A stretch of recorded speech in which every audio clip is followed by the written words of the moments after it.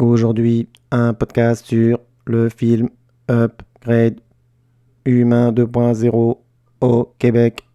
Je suis une voix de robot naze. Bonjour et bienvenue pour ce nouveau de la série HO. Le film d'aujourd'hui s'appelle Upgrade ou Humain 2.0 au Québec.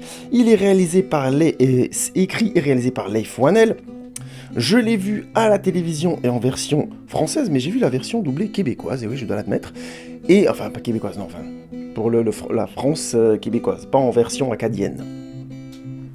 Et en version française, donc, et le film est sorti en France au cinéma le 3 octobre 2018, mais il a été très mal distribué, je ne l'ai pas vu passer près de chez moi, puisque je suis dans l'Est, je ne l'ai pas vu passer à Strasbourg.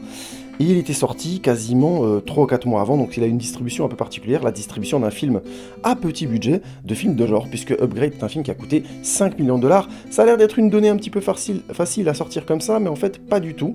C'est très intéressant au vu du résultat. Commençons par le fait que je voulais vous parler de ce film depuis très longtemps, parce que tout simplement, c'est un film que j'aime beaucoup. Et là, ça tombait bien, et petite putaclic que je suis. Oui, je sais, hashtag aucun respect pour les prostituées. Non, mais en même temps, je dis ça, personne n'en a. Hein, que les choses soient claires. Il y a 99%, on est sûr que 99% des prostituées, toutes les études le prouvent, ne veulent pas se faire ce métier, le font par des contraintes horribles. Mais tout le monde se concentre sur le 1% en disant non, mais en fait, c'est des étudiantes, ça leur permet de payer des trucs, machin. En plus, elles sont vachement surveillées, il n'y a plus de mafia dans le coup, blablabla. Enfin bref, mon œil est what the fuck. Mais alors, genre pas du tout. Mais genre pas du tout, du tout, du tout, du tout. C'est un milieu horrible et c'est un des gros problèmes de notre société contemporaine, un des grands signes de notre hypocrisie moderne, la prostitution. Donc, hashtag respect total et tristesse, parce que je vois pas trop comment changer encore le problème au jour d'aujourd'hui, à moins d'avoir des politiciens qui auraient réellement des couilles pour s'attaquer au problème de manière sensible et intelligente, et non pas comme des imbéciles de droite ou d'extrême droite qui sont les seuls à évoquer le sujet simplement pour parler de Jésus ou de vous parler de la délinquance, hein. Bon bref, des gros connards comme on dit, hashtag Suède, allez vérifier en Suède comment ça se passe, vous allez être calmés. D'ailleurs ça me permet ce gros détour pour vous parler d'un truc qui a rien à voir avec le film d'aujourd'hui, de vous parler du documentaire d'Ovidi, je ne sais plus le titre du film, qui est basé sur une femme qui a été assassinée par son ex-mari, sous prétexte qu'elle était prostituée là, en Suède. Grosso modo, l'affaire a été étouffée, c'est une horreur cette histoire, et on découvre en fait un petit peu la face cachée du système social suédois et des systèmes de valeurs très rétrogrades en Suède. Bref, je ferme la parenthèse, ça n'a rien à voir avec le film d'aujourd'hui, mais ça m'a permis de vous en parler. Vous voyez, comme quoi, un mec qui parle trop, des fois on arrive sur des choses, on se dit ah bah c'est vrai, Ovidie, c'est très intéressant, je vais aller voir ce qu'elle a réalisé et tout ça. Et oui, allez-y, c'est très intéressant ce que cette femme fait en termes de cinéma et en termes de combat social. Je vous enjoins d'ailleurs à suivre son Twitter, c'est quelqu'un de très intéressant. Bref, on revient donc à mon côté putaclic. Oui, c'est de sa partie de ce délire-là, puisque Leif Whannell sort ce mercredi son nouveau film, The Invisible Man, qui a l'air très intéressant. Et j'espère le voir pour vous en faire une critique. Avec un peu de chance la semaine prochaine, ouais, je sais. Il y a un petit côté comme ça, toujours un petit peu en retard, mais c'est pour ça que vous m'aimez aussi. Je suis en retard, mais on a le temps d'en discuter, on se pose, on prend un café, on se tape 45 minutes, 1 heure, tous ensemble. Et en fait, je parle tout seul. C'est ça, un mec qui parle trop.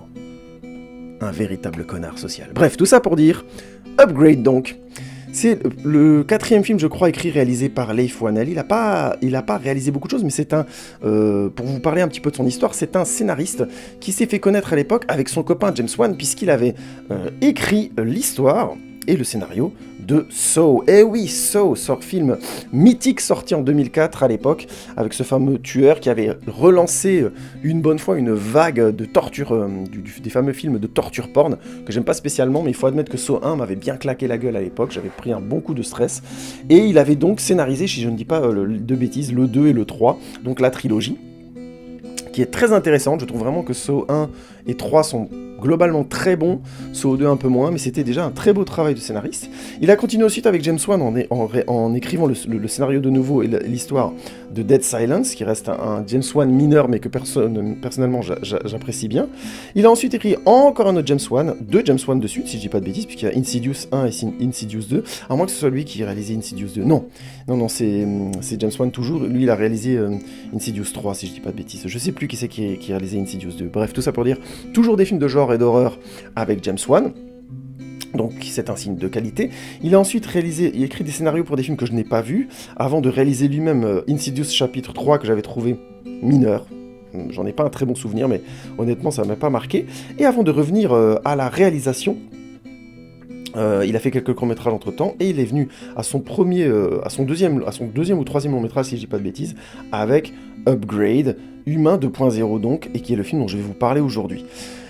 J'aimerais, avant de pitcher le film, vous donner un petit peu le contexte. Je vous ai dit avant que Upgrade était un film à 5 millions de dollars. Pour un film de genre qui se passe dans un futur proche avec beaucoup d'éléments futuristes, c'est très très fort. C'est vraiment très fort. Quand on voit le résultat du film, c'est vraiment balèze. Oui, je vérifiais juste pendant que je vous parlais. En fait, Upgrade était sa deuxième réalisation. Il n'avait réalisé avant que, entre guillemets, Insidious chapitre 3.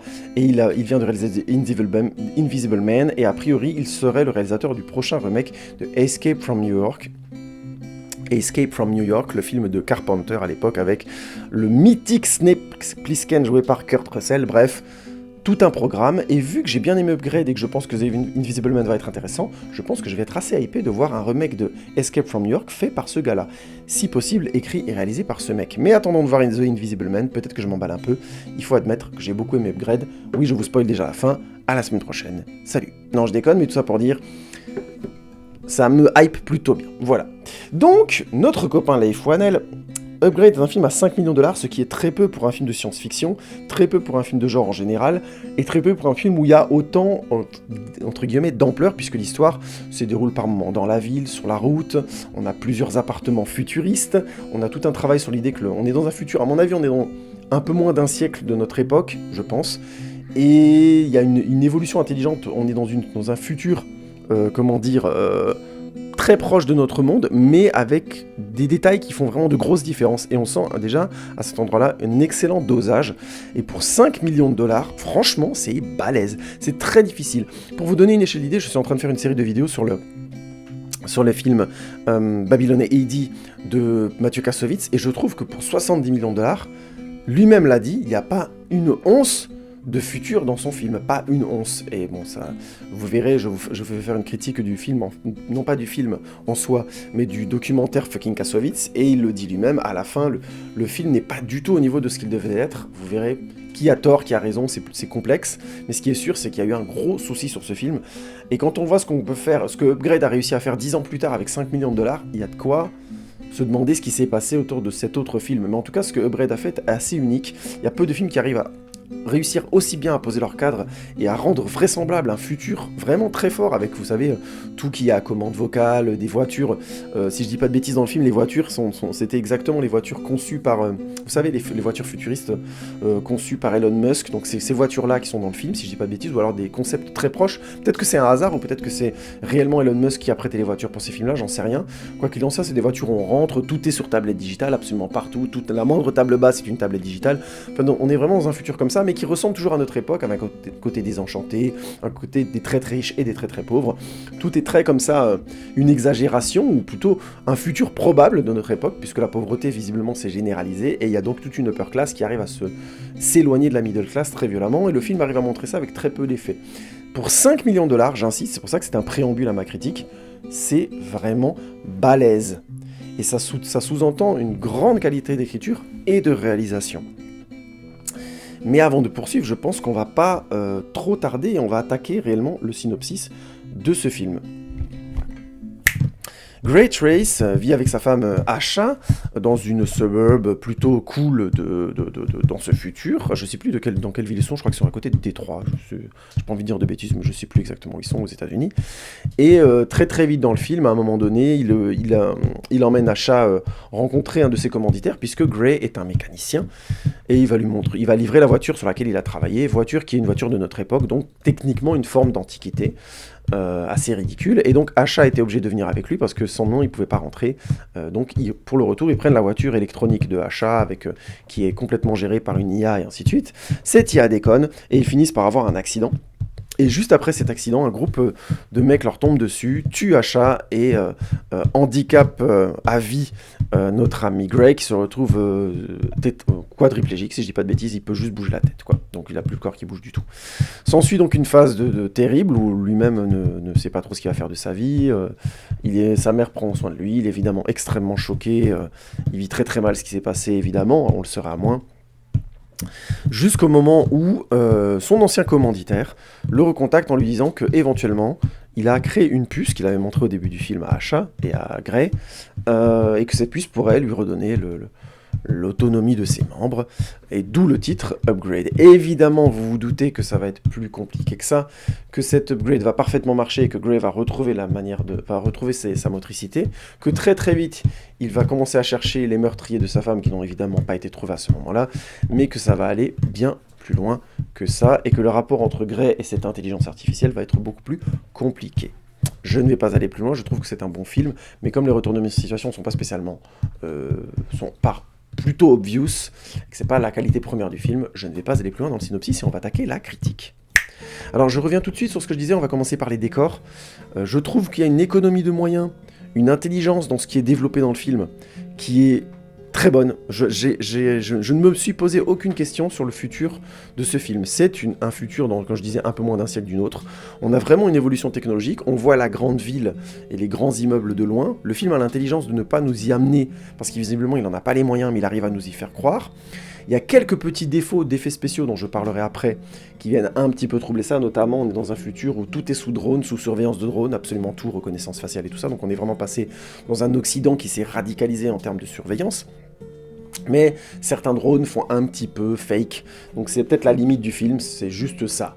Mais honnêtement, au-delà de ça, le reste est brillant. Les voitures ont l'air complètement réalistes, toutes les tablettes, ainsi de suite, ont l'air d'être accessibles, intelligentes, et les IA ont l'air d'être très fortes sans être exagérées, ce qui fait qu'effectivement, le rapport entre les personnages et leur quotidien paraît absolument fondamentalement juste dès le départ. Et le fait que Gray soit quadriplégique et que son appartement soit adapté très vite à ça, rajoute à ce côté futuriste, mais qu'on peut reconnaître et auquel on peut croire. C'est vraiment très fort dans Upgrade, je trouve que je vais pas aller beaucoup plus loin sur les décors, c'est très très juste.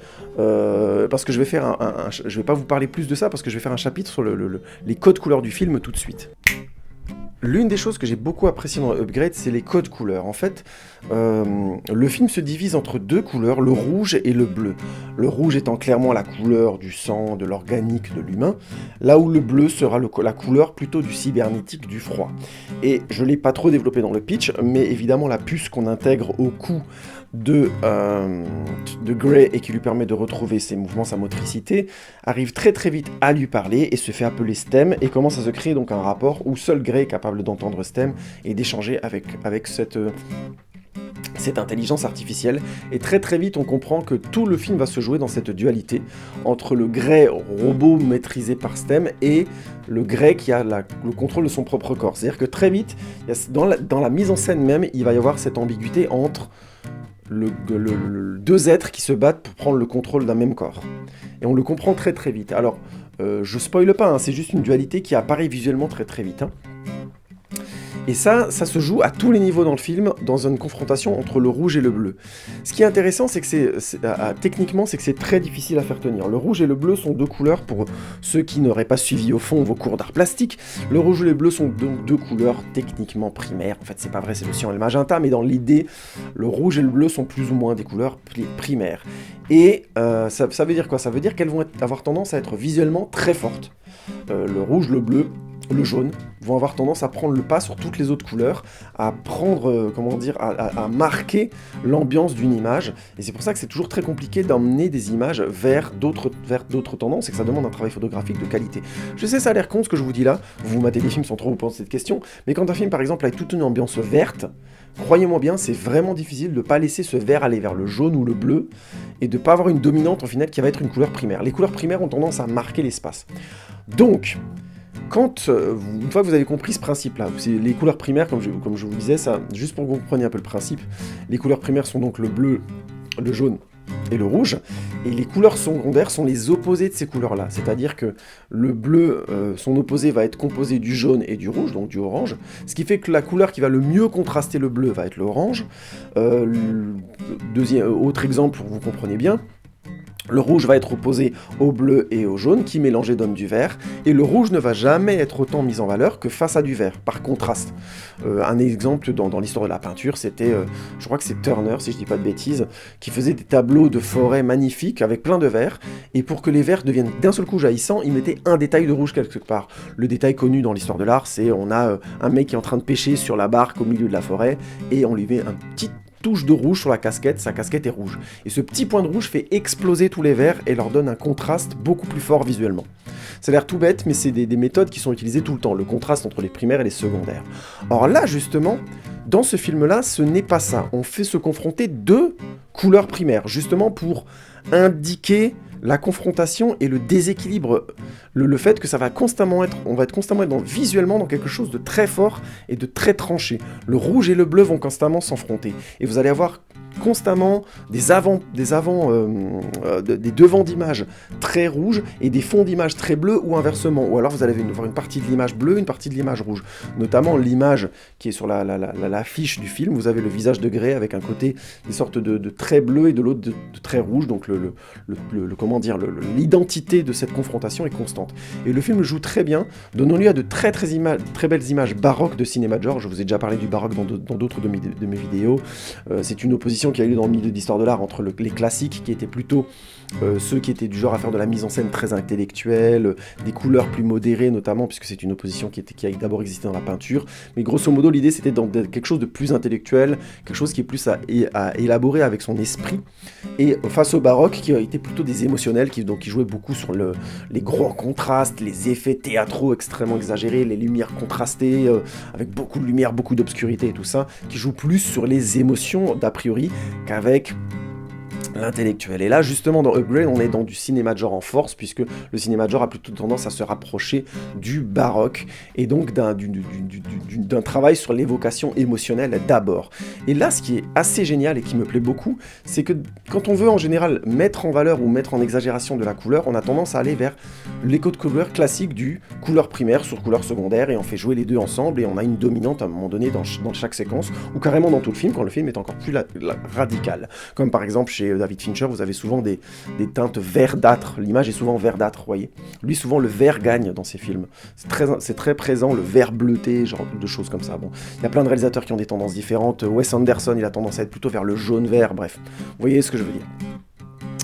Et tout ça pour dire, dans Upgrade, ce qui est très intéressant, c'est que c'est donc deux couleurs primaires qui se confrontent. Donc c'est très difficile à faire tenir, ça peut vite donner des images assez illisibles ou désagréables ou lourdes, et le film gère très très bien, notamment en faisant un choix très fort en disant ok, il y aura du bleu, il y aura du vert, mais il n'y aura quasiment aucune autre couleur. Du coup, on va pas être embêté visuellement, on va vraiment habituer l'œil à ce rouge et à ce bleu, et on va constamment jouer sur de l'obscurité ou de la lumière, ce qui fait que du coup, on va jamais avoir cette sensation que c'est artificiel, puisqu'on va constamment être dans une forme de clair-obscur qui va assumer complètement le fait que les couleurs sont forcément plus fortes. Notamment en jouant sur le fait que souvent le rouge ou le bleu sont des couleurs amenées par des lumières, des néons ou autres. Donc elles sont fortes par définition.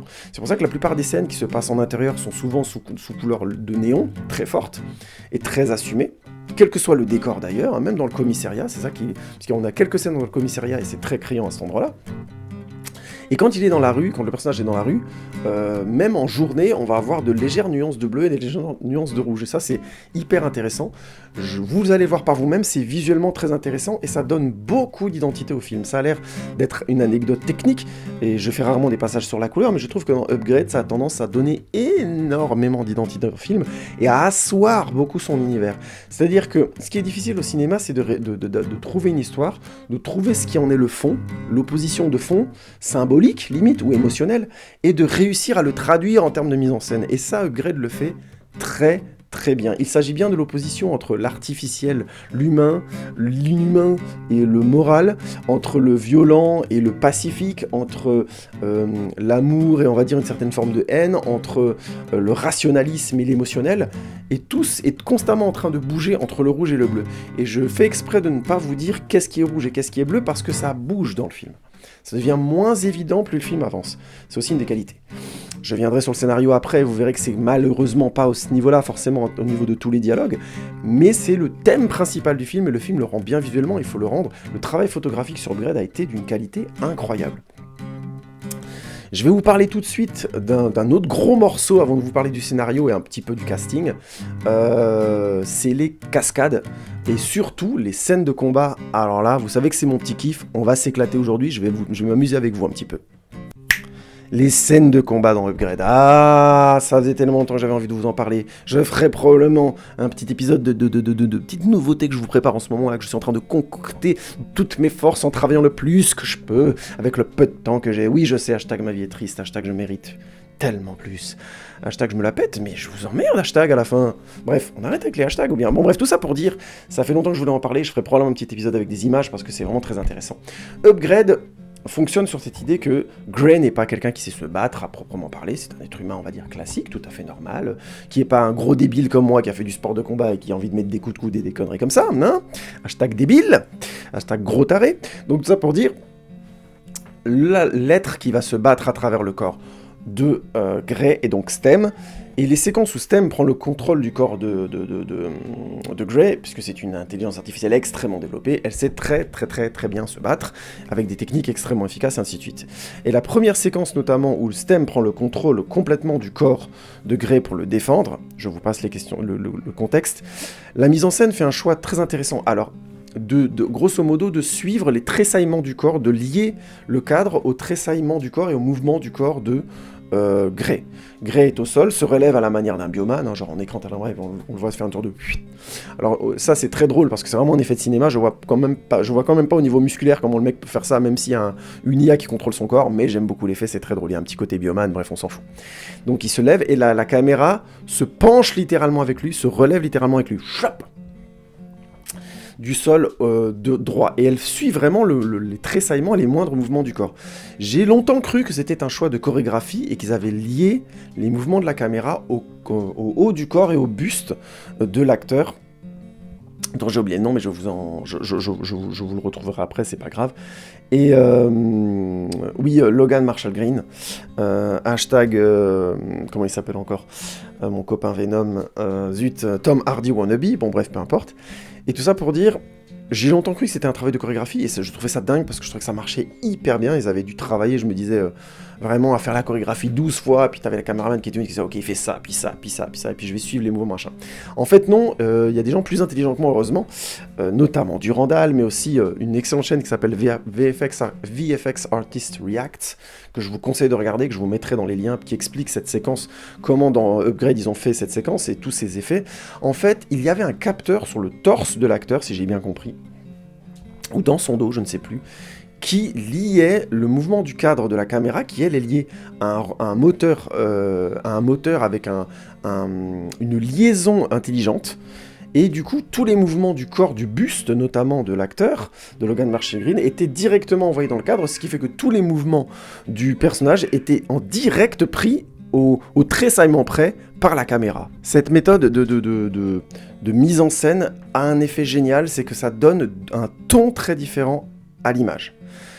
Ça donne tout de suite un rythme qui est unique et que j'avais jamais vu au cinéma et que je trouve très intéressant, et ça donne une grande partie de l'identité du mouvement et de l'action de Upgrade, qui est au final un très bon film d'action aussi, vient de ces scènes de combat particulièrement uniques et qu'on n'avait jamais vu filmer comme ça. C'est intéressant de voir le contraste par rapport à une scène. Il y a une scène de poursuite en voiture dans le film qui est bien faite, hein, qui est vraiment efficace, mais qui est beaucoup plus par définition normale ou déjà vue. Ils n'ont pas forcément trouvé de mise en scène pour ça, et je pense pas que c'était intéressant d'en trouver une. Mais le fait d'avoir eu cette idée de mise en scène, cette idée technique, et de l'avoir mis dans le film, ça donne une identité extrêmement forte au film, que le film va jouer jusqu'au bout. À chaque fois que Stem aura le contrôle du corps, ou sera utilisé par Gray pour faire bouger son corps, la caméra sera liée à ce fameux système, et on aura à chaque fois cette sensation d'être complètement en contact avec le corps de Gray et de Stem, en fait, dans ces mouvements-là. Ça se double d'une chose qui n'aurait pas pu marcher sans, c'est que les chorégraphies de scènes de combat sont particulièrement bonnes, pas forcément extraordinaires, c'est la technique classique de mise en scène de combat actuellement qu'on a au cinéma, c'est-à-dire les personnages se combattent, c'est très lisible, et dès qu'il y a un tournant grosso modo dans l'action, on a un gros plan ou un plan plus serré qui montre ce qui se passe. Grosso modo, échange de coups de poing, et à un moment donné, il y en a un qui fait un coup de poing plus large, l'autre va l'attraper pour le faire tourner, on va avoir un plan plus serré avec l'angle qui est vers le coude qui va tourner pour qu'on ait vraiment un maximum d'angle dans la déportation, le mouvement du corps du personnage qui va être balancé de la droite de l'écran vers la gauche. Donc on va vraiment avoir une sensation très forte de mouvement. Et on revient sur un plan large, on voit l'autre tomber par terre ou se faire projeter. C'est assez classique, c'est des plans qui sont très très courts, mais c'est le découpage qu'on voit la plupart du temps au cinéma actuellement dans les scènes d'action. Upgrade utilise ça, mais allié à des chorégraphies, j'insiste, qui sont vraiment très très propres, où vraiment que les acteurs ils ont taffé, ça va vite. Alors est-ce qu'ils utilisent la fameuse technique de on a filmé avec un peu plus d'images pour accélérer un petit peu l'action? Possible, parce que comme ça doit être une vitesse surhumaine, une vitesse de robot entre guillemets, de cyborg plutôt, possible qu'il l'ait fait, mais je trouve que ça fonctionne à un point, ça donne un côté spectaculaire qui est assez extraordinaire. Et ça se rajoute à un quatrième élément, c'est que Logan Marshall Green a fait un extraordinaire travail d'interprétation. Avec le corps, il est clairement dans ces scènes d'action où Stem prend le contrôle, il est Stem, et avec la tête, il est toujours le personnage de Grey. Ce qui fait qu'on le voit notamment dans la première scène faire des coups comme ça, mais des coups d'assiette à un mec et dire « Oh mon dieu, merde, j'aurais pas à faire ça !»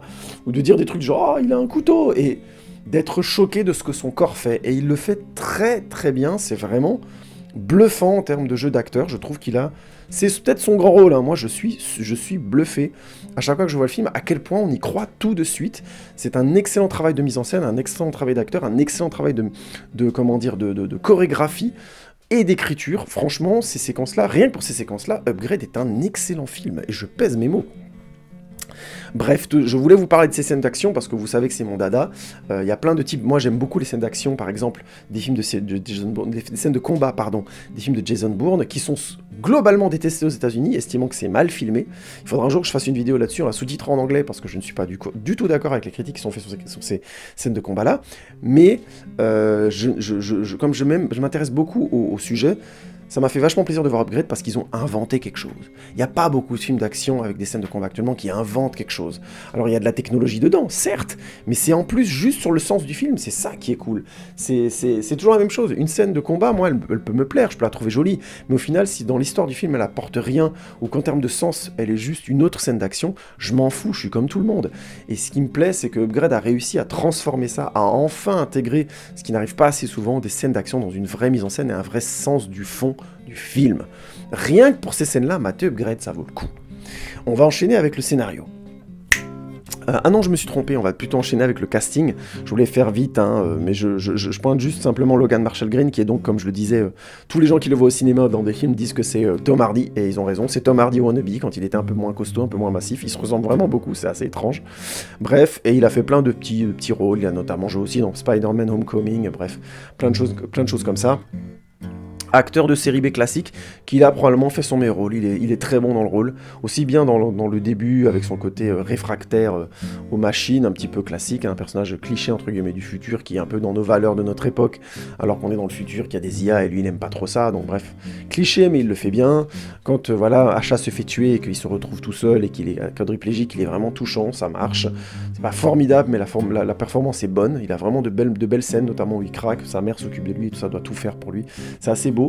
Et voilà, et je trouve que c'est une belle performance d'acteur, on peut vraiment pas lui jeter la pierre, je trouve qu'il a fait vraiment le taf.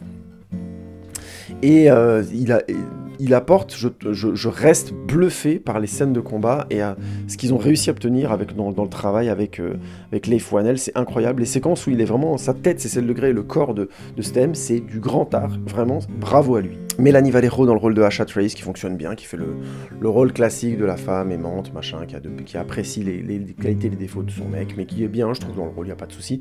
Mais je pointerai simplement parce que c'est un rôle très secondaire, je pointerai simplement plus Harrison Gilbertson dans le rôle de Aaron Crane, qui est clairement une référence à Elon Musk. Et je trouve qu'il est vraiment bien dans ce côté lunaire, un peu perdu, voilà, le mec, le génie, vous voyez, quoi, du futur, machin, qui invente des trucs complètement fous, qui est l'inventeur de STEM et tout. Je trouve qu'il interprète vraiment bien son rôle dans toutes les phases du film. Petit big up à Benedict Hardy, qui joue le rôle de Fisk, une sorte d'assassin, vous verrez, et je trouve qu'il est vraiment bien. Alors, c'est l'assassin nazi, le mec à petit bouc, la petite moustache, vraiment la raie blonde sur le côté, bon, voilà, c'est l'assassin nazi, à proprement parler. avec des gros complexes de supériorité, vous verrez pourquoi, je veux pas spoiler, mais je trouve qu'il est vraiment bien dans le rôle et que c'est un très bel antagoniste, notamment dans les différentes scènes qu'il a avec Grey, ça marche vraiment bien, c'est aussi c'est un bel adversaire de film de genre, pour le coup, et assez mémorable, on se souvient de ce personnage-là, de Fisk. Bref, je voulais pas faire trop long sur le casting, mais c'était juste pour dire, faut rendre à César ce qui est à César. Logan Marshall Green a fait un super taf, et le casting a été intelligent en face, notamment avec l'acteur qui joue Fisk. Donc on va passer au scénario. Le scénario d'Upgrade n'est pas une surprise, il s'agit d'une confrontation donc, entre l'humain et la machine, avec tout ce côté schizophrène dont j'ai parlé déjà, et donc je ne veux pas spoiler, donc je ne vais pas aller trop loin là-dessus, mais qui est bien traité, je trouve, sur le fond, et c'est une qualité du film. Le film va au bout d'un discours que je trouve intéressant. Sur le fond, on est clairement... Dans les faits, c'est un scénario peu surprenant, juste efficace et bien fait. C'est ce que j'aime beaucoup dans le cinéma de genre, c'est quand c'est juste efficace et bien fait, on y croit, ça marche, il n'y a pas de grosse invraisemblance du genre pourquoi il n'a pas fait celle-ci ou cette chose. Je trouve vraiment qu'on comprend toutes les émotions du personnage et des personnages qui sont autour de lui, puisqu'il y a aussi le rôle de l'inspectrice, j'ai oublié qui c'est qui le joue, mais qui le fait aussi très bien. Betty Gabriel qui joue le détective, l'inspecteur qui s'occupe de l'enquête du meurtre d'Asha, évidemment, qui est donc en relation, voire en confrontation avec Grey. Et donc on comprend tous leur point de vue, leurs différents états d'âme. Je mettrai juste un petit bémol sur la mère de Grey, qui est très important pendant longtemps, qui s'occupe de lui et qui est un petit peu trop un outil de l'histoire, un tout petit peu trop, notamment à la fin. Je trouve qu'il aurait fallu qu'elle soit un peu plus présente d'une manière ou d'une autre, mais bon, ça manque un peu de conclusion, mais c'est pas très grave. Le scénario, je trouve efficace et j'ai pas envie de le spoiler, mais grosso modo, on passe vraiment d'un type de film de drame, bien sûr, à un film de vengeance, un film d'enquête, et c'est bien foutu. Sur le fond, j'ai peut-être plus de retenue. J'étais le premier à dire que le dernier train pour Busan, dont je vous remettrai la critique en lien, je trouvais que c'était un peu grossier sur son fond et que ça me saoulait un petit peu dans les films de zombies. Il faut être clair, dans Upgrade, il y a aussi le discours de fond n'est pas très subtil. C'est clairement la fameuse opposition entre le mec qui te dit voilà, les machines sont en train de tous nous remplacer, on n'aura plus jamais de travail, voilà, bon, discours qu'on a entendu dans plein de films et qui n'est pas très profond dans Upgrade. C'est pareil, c'est l'opposition entre les riches et les pauvres, comment dire, le truc classique de comme on est dans un futur où les choses se sont encore exagérées depuis notre époque. Hashtag la République en marche a visiblement gagné dans le futur. On est dans les trucs classiques, c'est-à-dire que voilà, la pauvreté a augmenté, la violence a augmenté, les moyens des multinationales pour nous dominer sont encore plus grandes, donc il n'y a aucune surprise. C'est ça que je veux dire, vous attendez pas à être bouleversé par les surprises du scénario, c'est plus les émotions et le fil du film qui est assez tendu et assez bien écrit pour qu'on aille jusqu'au bout et qu'on apprécie le trajet avec Grey. Et je trouve que à cet endroit-là, le scénario, j'ai pas grand-chose à dire, je voulais juste souligner que si le film a un défaut, c'est que son discours de fond n'est pas très subtil. Mais je trouve qu'il le dit très bien. Beaucoup de films ont essayé de travailler sur ce sujet-là et n'ont pas fait aussi bien qu'Upgrade, notamment dans sa conclusion. C'est pas forcément, encore une fois, une conclusion surprenante, mais c'est juste très bien fait et je trouve qu'on sort du film avec une sensation d'avoir suivi quelque chose de profond, et je trouve que c'est un des grands kiffs de ce film, et ça me permet de finir juste avant la conclusion par vous parler de la musique. Je sais plus, attends, il faut que je retrouve. Je crois que le compositeur s'appelle Jeff Palmer, si je dis pas de bêtises. Je sais pas ce qu'il a fait spécialement d'autre, mais oui, c'est ça, c'est Jed Palmer, pardon. Et j'aime beaucoup le travail qu'il a fait sur Upgrade. Grosso modo, l'idée, c'est une musique faite au synthé, assez classique, qui fait assez années 80, et où il a rajouté dedans je crois, le thème du film est souvent joué par, je crois, du xylophone, ou je sais pas, un instrument avant avec beaucoup d'écho, et j'aime beaucoup ce qu'il a fait, je trouve que ça fonctionne très bien. Ça donne, notamment la musique de fin est superbe, elle donne vraiment énormément d'identité au film. C'est une grande réussite, cette composition-là. J'aime beaucoup la musique de ce film, et je trouve qu'elle donne une lourdeur, une force à ce qui se passe, aussi du corps au côté sombre et terrible de cette histoire. Parce que c'est une histoire de meurtre froid, avec un mec qui se retrouve quadriplégique, donc c'est quand même pas très cool la vie, quoi. Et je trouve qu'il a vraiment, pour le coup, c'est une vraie réussite, et c'est un très très bon choix de musique pour ce film. Je me souviens plus de l'instrument qu'il y a dans le thème principal, zut alors. Je sais plus si c'est du xylophone ou si c'est une forme de si c'est pas du synthé. Il y a le synthé qui est derrière et le thème principal est joué par quelque chose, des cloches, je sais plus. Enfin, ça me revient pas, mais c'est une très belle idée. Et on a cette couche comme ça de fond, vous voyez, de synthé très forte qui est dénotée par ces petites notes qui viennent jouer le thème principal. Et c'est vraiment de l'excellente musique. Ça fonctionne aussi très très bien dans ce lien. Tout a l'air d'être lié dans quelque chose de synthétique et d'artificiel. Et vous comprendrez en voyant le film où le film va en venir. Je trouve que c'est vraiment une belle réussite aussi cette musique-là. L'humain étant symbolisé par ces petites notes qui sont noyées dans le synthétique. Enfin, j'aime vraiment beaucoup le sens et la manière dont ça a été fait. Direct dans la conclusion, j'ai envie de vous parler de l'introduction du film, puisque c'est un des rares films dont l'introduction a été fait directement par une voix qui parle sur des lignes comme ça, qui sont sur des sortes de vibrations, et plus la voix dit le film est produit par, puis coproduit par, puis machin, à chaque nouveau, ces lignes dessinent une ville, tout doucement, et devient de plus en plus complexe, jusqu'à ce qu'apparaisse dessus, donc, la ville où se trouve le film, où se déroule le film, cette ville futuriste. Et j'aime beaucoup l'idée aussi de partir de quelque chose de synthétique qui va reformer des choses organiques. Sachant le sens du film, encore une fois, dès le départ, on a cette opposition entre organique et synthétique, et c'est aussi très réussi, et ça commence dans le générique. C'est vraiment un film qui a été pensé de A à Z pour être un film singulier, au-delà d'être un film de genre et un film de production. C'est vraiment une très belle réussite, et je sais pas s'il a gagné des prix Upgrade ou autre, mais je trouve que ça, s'il ne les a pas eu, c'est dommage, parce qu'il les méritait bien, de mon point de vue. On va attaquer donc cette conclusion, mais vous voyez un petit peu où je vais en venir, je crois que j'en ai dit assez. Upgrade est une excellente surprise, un chef-d'œuvre non, parce que le film n'a pas l'ampleur, les moyens je pense, de gagner... oui, le film n'a pas gagné de prix, là, il a été sélectionné dans des festivals, mais il n'a pas gagné de prix. C'est dommage, je pense qu'il... Moi, je lui en aurais donné, en tout cas. J'aime beaucoup ce que ce film a réussi à faire dans le cinéma de genre, notamment. Donc voilà, tout ça pour dire, Upgrade n'est pas un chef-d'œuvre parce qu'il manque cette ampleur-là. Il aurait fallu qu'il ait plus de moyens, peut-être pour ça, j'en sais rien. Et en même temps, je trouve qu'il raconte tellement bien son histoire, je ne sais pas s'il aurait fallu en rajouter plus. C'est une vision du futur qui est triste, désenchantée. C'est une histoire dramatique sur le fond, mais c'est aussi un excellent film de science-fiction, un excellent film d'action, vraiment excellent à ce moment-là, peut-être un des meilleurs films d'action que j'ai vu en 2019. Il date de 2018, mais je l'ai vu en 2019. Et une grande réussite de scénario, tout simplement parce que c'est un vrai bon scénario de genre, dense, complexe mais en même temps direct, avec un excellent travail de mise en scène et cette trouvaille des fameuses scènes où la caméra est liée au corps de l'acteur, c'est excellent, c'est très bien utilisé, avec Logan Marshall Green qui fait peut-être jusque-là pour moi sa plus grande performance d'acteur, où il est vraiment très bien dans le film, avec des petits seconds rôles qui apportent aussi leur sauce, bref. Upgrade, c'est vraiment très bon, matez Upgrade, hein. C'est violent, c'est clair, je l'ai pas dit avant, c'est gore et tout ça, c'est clairement un film d'horreur, mais je trouve que ça sert très très bien la narration, c'est un très beau film sur plein de points. Bref, regardez Upgrade et vous n'hésitez pas à me dire ce que vous en avez pensé. Merci beaucoup pour votre écoute. On se retrouve bientôt pour un nouvel épisode de HO. N'hésitez pas à tweeter, Facebooker, Instagrammer la totale. Surtout, si vous voulez liker, partager bien sûr, mais surtout commenter où vous voulez sur Facebook, sur Instagram, sur Twitter. On est partout, on attaque de tous les côtés. On est sur les réseaux sociaux, comme disait Marine. Ouais, je sais, hashtag, c'est triste de faire cette référence-là, mais bon, comme disait Macron, c'est comme du perlimpinpin, tout ça. Donc tout ça pour dire... On cite le président, c'est vraiment le moment d'arrêter. Merci beaucoup pour votre écoute les amis, on se retrouve bientôt pour un nouvel épisode de HO. Ciao ciao. Abonne-toi à la chaîne d'un mec qui parle trop, je suis quand même bien meilleur que ton imitation de voix pourrie. Mais surtout commente.